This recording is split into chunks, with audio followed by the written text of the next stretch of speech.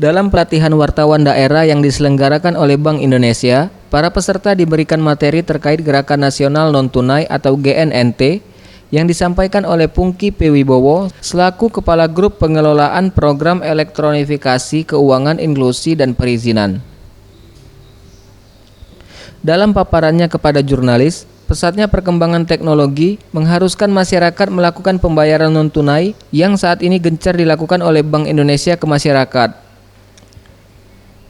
GNNT perlu dilakukan untuk meningkatkan kesadaran masyarakat terhadap instrumen non-tunai, dan dengan GNNT, masyarakat akan dipermudah dengan berbagai pilihan transaksi tanpa harus membawa uang tunai.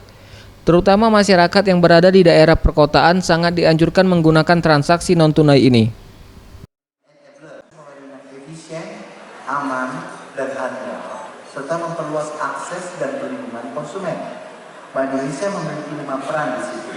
Seperti yang saya aturkan tadi, regulator, perizinan, pengawasan, operator, dan fasilitator.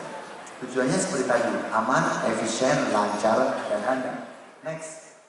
Untuk penggunaan transaksi non-tunai ini, belum seluruhnya dapat diterima di wilayah Indonesia, terutama di wilayah bagian timur.